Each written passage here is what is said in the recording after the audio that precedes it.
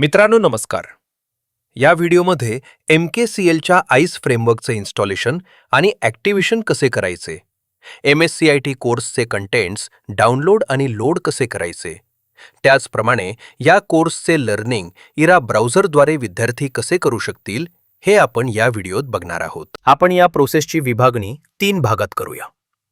पहिल्या भागात सॉफ्टवेअर आणि कंटेंट्स डाउनलोड कसे करायचे, दुसऱ्या भागात इन्स्टॉलेशन आणि ॲक्टिव्हेशन कसे करायचे आणि तिसऱ्या भागात कोर्सचे लर्निंग कसे करायचे ते बघू. कृपया लक्षात घ्या, जी सर्व्हर मशीन MKCLच्या वर्म सॉफ्टवेअरने अप्रूव्ह झालेली आहे त्याच मशीनवर आईस फ्रेमवर्कचे इन्स्टॉलेशन आणि ॲक्टिव्हेशन करा.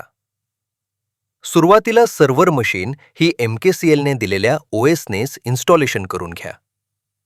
आपण ALC Readiness या वेबसाईटवरून Windows 10 OS ISO image download करू शकता.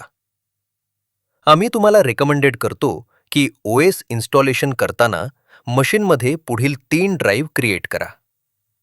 OS करिता C ड्राईव्ह 200 GBचं क्रिएट करा. D ड्राईव्ह करिता म्हणजेच कंटेंट्स करिता साधारण 700 GB आणि राहिलेला 100 GB हे E ड्राईव्ह करिता म्हणजेच आपल्या सेंटरच्या कामाकरिता वापरतो. सुरुवात करण्यापूर्वी कृपया खात्री करा की आपण ॲडमिनिस्ट्रेटर युजरनं लॉग इन केलेले आहे. सुरुवातीला ALC Readiness या वेबसाईटवरून आपण आईस फ्रेमवर्क आणि इरा ब्राउझरचे सेटअप डाउनलोड करा आणि 7zip या युटिलिटीने ते एक्स्ट्रॅक्ट करा. त्याचप्रमाणे पुढील लिंकवरून MSCIT या कोर्सचे कॉन्टेंट्स डाउनलोड करून ते 7zip या युटिलिटीने एक्स्ट्रॅक्ट करून ठेवा. आता आपण आईस फ्रेमवर्कचे इन्स्टॉलेशन आणि ॲक्टिव्हेशन कसे करायचे ते बघूया. आईस फ्रेमवर्क इन्स्टॉलेशन आणि ॲक्टिव्हेशन करिता मशीनमध्ये D ड्राईव्ह असणे अत्यंत आवश्यक आहे. डाउनलोड फोल्डरमधील एक्स्ट्रॅक्ट केलेले इराईस सर्व्हर फोल्डरमधील सुरुवातीला ओपन लॉजिक JDK या ॲप्लिकेशनचे पुढील प्रमाणे इन्स्टॉलेशन करा. त्यानंतर इरा इन्स्टॉलर या EXEला राईट क्लिक करून रन ॲज अ ॲडमिनिस्ट्रेटरने सिलेक्ट करून पुढील प्रमाणे इन्स्टॉलेशन करा. इन्स्टॉलेशन कंप्लीट झाल्यावर क्लोज या बटनवर क्लिक करा. डेस्कटॉपवर इरा सर्व्हरचे आयकॉन क्रिएट झालेला दिसेल. आता C ड्राईव्हवर जा आणि इरा लाईव्ह फोल्डरमधील इरा लाईव्ह लोकल सर्व्हरला राईट क्लिक करून प्रॉपर्टीजमधील कंपॅटिबिलिटीमध्ये जा आणि कंपॅटिबिलिटी मोडमधील run this program in compatibility mode या ऑप्शनला टिक मार्क करा. त्यानंतर खालील सेटिंगमधील run is program as an administrator या ऑप्शनला टिक मार्क करून ॲप्लाय व ओके करा. आता इरा लाईव्ह लोकल सर्व्हरला राईट क्लिक करून रन ॲज ॲडमिनिस्ट्रेटरने ओपन करा. आईस फ्रेमवर्क ओपन होण्याकरता थोडा वेळ लागेल. कृपया वाट बघा आणि काही मिनिटांनंतर कमांड प्रॉम्प्टमध्ये आईस फ्रेमवर्कचे डेटाबेस कनेक्शन सक्सेसफुली असा मेसेज येईल व ऑटोमॅटिकली आईस फ्रेमवर्कच्या ॲक्टिव्हेशन करिता गुगल क्रोम डिफॉल्ट ब्राउझरमध्ये ओपन होईल. यानंतर ॲक्टिवेट सेंटर या ऑप्शनला क्लिक करा व पुढील भाषेमध्ये इंग्लिश सिलेक्ट करा आणि कन्फर्म या ऑप्शनला क्लिक करून टर्म अँड कंडिशन हे एक्सेप्ट करून कन्फर्म या ऑप्शनला क्लिक करा. यानंतर प्री रिक्वायझिट चेकमध्ये इंटरनेट कनेक्टिव्हिटी चेक केली जाईल. यासाठी थोडा वेळ लागेल. कृपया वाट बघा.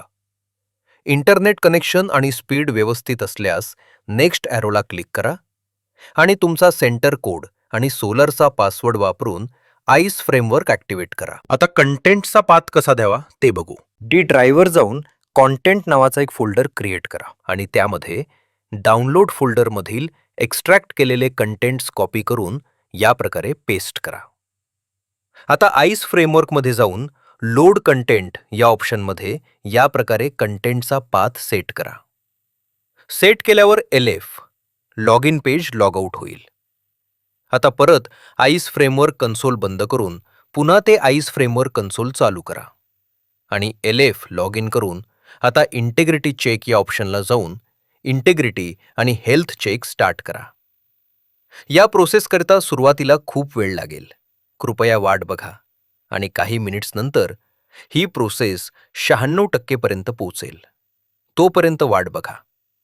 ही प्रोसेस काही वेळेला 100% होत नाही, त्यामुळे तुम्ही काहीही काळजी करू नका किंवा यामुळे कोणतीही तांत्रिक अडचण येणार नाही याची खात्री बाळगा. MSCIT कोर्सचं इरामधून लर्निंग कसे करायचं ते आपण बघू.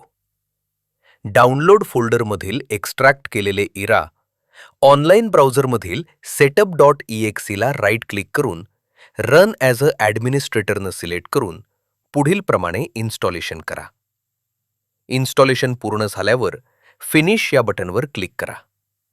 कृपया लक्षात घ्या, कोर्सचं इरा लर्निंगकरिता आईस फ्रेमवर्क कन्सोल चालू असणं आवश्यक आहे. आता इरा ऑनलाईन ब्राउझर हे लर्निंगकरिता चालू होईल. कृपया आपण या ब्राउझरचे व्हर्जन 25.6.2 आहे का बघा. हे ब्राउझर ऑटोमॅटिकली आवश्यक असणारी सिस्टम चेक करील आणि मग सगळं टिकमार्क असल्यास आपण प्रोसीड या बटनवर क्लिक करून विद्यार्थ्यांचे पुढील प्रकारे लॉग इन करू शकाल.